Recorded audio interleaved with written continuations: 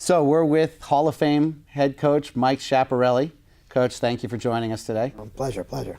So let's start with the accolades. You just surpassed 1,000 career wins as a varsity coach in hockey and baseball. You're a 4-time state champion, 3 times in baseball, 1 time in hockey. You have 19 straight league championships in baseball. You're 2015 inductee into the Westchester Sports Hall of Fame. And you recently became the winningest hockey coach in Section 1 history. So congratulations on all of that. Boy, I must have had a lot of good players, that's all I can say. Fantastic answer. Yeah. So that leads us right into question number 1. What do you owe all of this success? Well, first thing I would say is my wife has allowed me to do all this, and she's been a big supporter. I had great coaches growing up. My love for Mamaroneck has definitely pushed me. I've had great assistant coaches, Coach Bruno, Coach Glazer, Coach Bartonardo, Bobby Lohman, name a few. They've really taken our program from a good to a great program. You know, and a lot of support from our great community. And the parents have actually been good to me, at least the last few years anyway. Okay. You've been highly respected and a successful coach for many years before things blew up to a whole new level with these championships over the last decade. Did you make any changes to your process or method that helped spur on this run? Well, early in my career, I thought I could will the kids to win and argue calls, and what I did is it made me lose focus, and I would make the right decisions. Now, my body is still churning up inside, screaming, yelling, but I suppress it, and I keep coaching the game now. And it's helped us that I've learned how to be a little more calmer, and I can do the coaching moves I need to do in order to win the game. I saw an interview not too long ago with Chicago Cubs manager Joe Madden, and they asked him, great manager, and they asked him how he maintains such a youthful exuberance. And I see a lot of that in you. And I'm curious, what he talked about is how when he looks out his eyes, he feels like an 18-year-old looking out over the world, and that helps him maintain that youthful exuberance. And do you have a philosophy like that, or do you maintain anything like that? I don't see myself as an 8-year-old, but I do try to stay current. I dance with the boys, and I try to know what the music is. Not a music man. I try to know what songs they like and what sayings they like, and I try to crack a joke here and there and get close to the kids so that they understand I'm there. I'm in it with them. It's not the coach and you're the player. It's we're together, and we're going to try and do this all together. So it does keep you young. Me running with my kids for 26 years keeps me young. I enjoy doing it with the kids. I think it builds respect, and I think it puts us on a two-way street. They're working and I'm working with them. It's remarkable that you've been able to have the success in sports that play back-to-back seasons. How do you pull that off from a time perspective, and especially now when you're running both your hockey practices and baseball workouts and tryouts, and they're overlapping as they do? Yeah, it's getting yourself disciplined about what you need to get done, planning it, having good assistant coaches to help you with it. The kids know that right now I'm up against 2 edges, so they don't bust my chops too much. And they know if they listen and do what they're supposed to do, we're going to win. And that's the bottom line. They like to be successful. Ultimately, we take the game they love, and then through that we try to make good young men and women so they can be successful in their careers and their families, and be good community members, whether it's here or someplace else in the future. You're always highly complimentary of your assistant hockey coach, Art Bruno. What does he bring to the equation, and how does he complement what you do? In the beginning, when I first started, I didn't play ice hockey, so I needed a good hockey guy to know the little ins and outs of the game. Over the years, between Art, going to college practices, and I've learned a lot of things myself, but all those little intangibles that might happen, Coach Bruno knows how to react or to do that. We'll talk it over, and sometimes we don't always agree, but we'll figure it out, what's best for the kids. And he's been at first he was very quiet when he even talked in front of the kids. Now he steps right up and does a great job. He's grown a lot. I think the kids respect him. They know his knowledge, and they know he's sincerely here to go up there and try and win a second state championship. You're days away from returning to Buffalo to play for another state championship. What do you see in this team that reminds you of last year's championship squad, and how is this team different? Similarities, we have some of the same players, but those 10 players have really grown a lot since last year. You know, last year they weren't asked to do as much. They have stepped up their game big time, and they brought along the other kids with them, which is great. We had 13 additional players came onto the team, and they've taken those guys with them that we haven't missed a step. I mean, we were 22-1-1. Is a great year. We're actually better record than we had last year going into this game. We're actually ranked number 1 in the state. We weren't that last year either. And talking to Frank Alessandrino from Minor Woodbury, he said he thinks we're better than we were last year. So I give these kids, especially the 10 returning kids, a lot of credit for not missing a step, for picking it up, for keeping the guys in line off the ice and getting them to this spot right now where we can go up there. If we play our game, we're going to win the second state championship.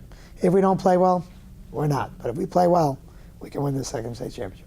You've been the team to beat many times before.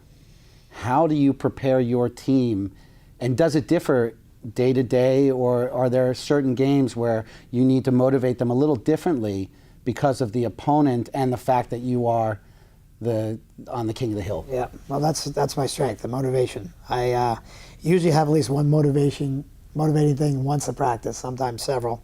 Sometimes I'm not expecting to do it, and something happens, and I go into a tirade, and a big speech comes out, which usually comes out. It's probably one of the best things I do. I can make a speech up on the spot, and it hits home with the kids, and they know that I really mean it. I do really mean it, and I'm always here for them, and I'm always trying to get them the edge they need because everyone's coming after us, and they knew it since the beginning of the year. I think nothing was more evident than where White Plains were winning 8-0. And Tommy Spiro's got probably a double-edged sword in the fact that he's on the state champion and he's number 1 goalie in the state. And the best player for White Plains came up and scored a goal on him with 8 minutes to go, and he's skating down the ice, he's jumping the boards, he's going crazy. I'm like, what is this going on? And I'm like,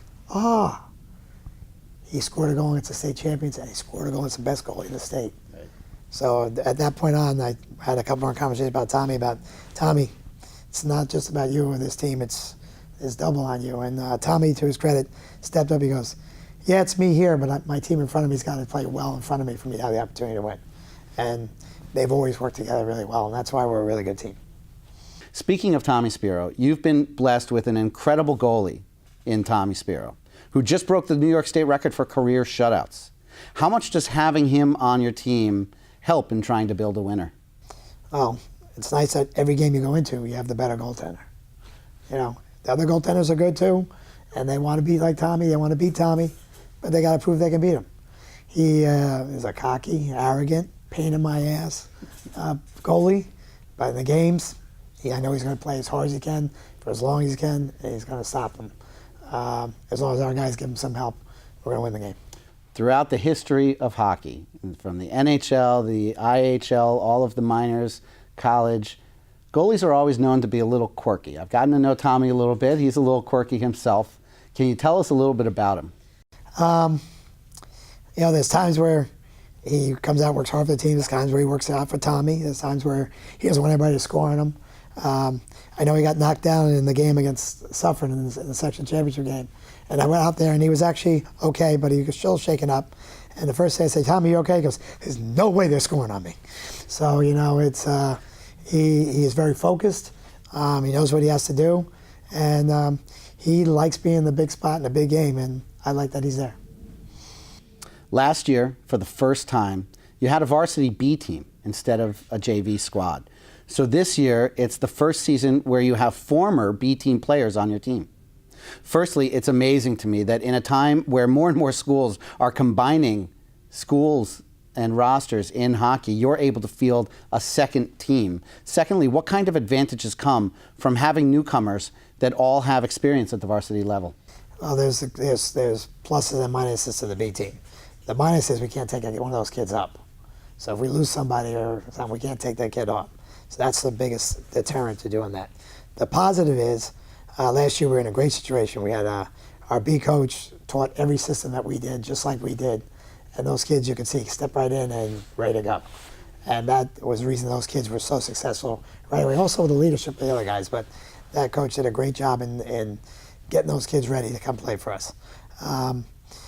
Having them play at a varsity level instead of a JV schedule, we would have had 11 juniors playing JV last year. That's not good. So it was nice to have those kids playing at a varsity level. They developed a little bit fast. That's why you can't bring them up, because it's an unfair advantage for us to develop our second group at a varsity level and then bring them to the varsity. So I understand why they make us do that. But to have them play there and not have to play in a JV level schedule at their age was really good. They don't get it yet. They think, oh, I didn't make the varsity A team. But it was great for them to be able to play at that level and develop at that level as opposed to being a JV team where they would have been way too successful. You've already made 3 weekend bus trips upstate to play some powerhouse teams in this season alone, and you went 6-0 in those games. How much do those trips help prepare you for the trip to Buffalo, both in seeing some different teams and having experience traveling together? And were you concerned at all after losing so much talent from last year's championship team that you might be putting too much on this squad's plate? Or were they asking for that kind of challenge? The road trips, the first 2 were early in the year. The kids bonded together really well. They go out there, they play, they eat, they sleep, they get up, they eat, they play, they come home together. And we all win, we all lose, we all tie. They know that going in. So that was really good to get those first 2 early ones. The one we did to Rochester about a month ago, it's working out pretty good now because we're going an hour farther. We got off a bus and beat a really good team, slept overnight, and beat another really good team. So we actually just experienced what we're going to do this weekend, and it'll just be a little hour more of a ride. So I think that was really big for us to do. We played 2 close games. We learned how to win both games. One was 2-1 regulation with the goalie pulled. The other one was 3-2 in OT. So very beneficial. I think if I wasn't taking these guys on a trip, I don't know if they would have played for me. That's one of the biggest quirks of playing on our team. We travel, we work hard, we have fun together. I think they love that. And I respect them for how well they behaved in all those trips. You're known as a lifelong baseball lifer, inside and out, but you've obviously mastered the sport of hockey as well. And you're famous for knowing everything there is to know inside the game and out. And you've been very skilled at pushing all the right buttons with your teams. Do you have any tricks or strategies that help the players physically with the long bus rides and getting ready to perform? Well, they know I always give them their drinks and their yoo-hoos, and I always bust their chops, to go out to a party instead of taking a beer, take a yoo-hoo with you. Show the other kids how you should act as a teenager, as opposed to, going drinking beers or being a jerk. So that's kind of my little thing I've always done for years now, and I bring their yoo-hoos. And I think the Seco actually brought a 6-pack to a party one time, which was good. As far as knowing all the quirks, we just work hard. We scout everybody. We do the internet searches. We get up on stuff. We know what the kids are going to do. We tell them who the better players are, how to stay, where they're going to pull the puck, are they going to go around, so we take the body on them. We really prepare the kids for every game, and that's our job. I read the rule book, so I know the rules usually as good as the referees, and that's why some don't like refereeing our games. But if you're going to be a coach, you're all in. People ask me what season you like coaching the best. I said the one I'm doing right now. I tell the kids, if I came here and I didn't do work as hard as I can for you, would you respect me? Just like if you came here and didn't work as hard for me, I wouldn't respect you. So it's a two-way street. So me and Coach Bruno work very hard all the time. We have our different duties, but we do the whole picture. We prepare the kids for the game. We'll be ready for Saturday. Win or lose this weekend, how soon do your gears shift fully over to baseball? It'll be immediate. So if things go like they should, we should get home at 2 o'clock in the morning and have a run at 6. So it should happen 4 hours later. Amazing. Well, Coach, best of luck to you. Thanks for joining us today, and good luck in Buffalo this weekend. Thank you for covering us all year. We appreciate when you're here. Our kids appreciate the tapes and that you're here for them, and take the time out to put their videos on TV so that people can see how talented they are and how hard they've worked to make America one of the best teams in the state. Thank you very much. Yep. For the Local Live, I'm Steve Anastas.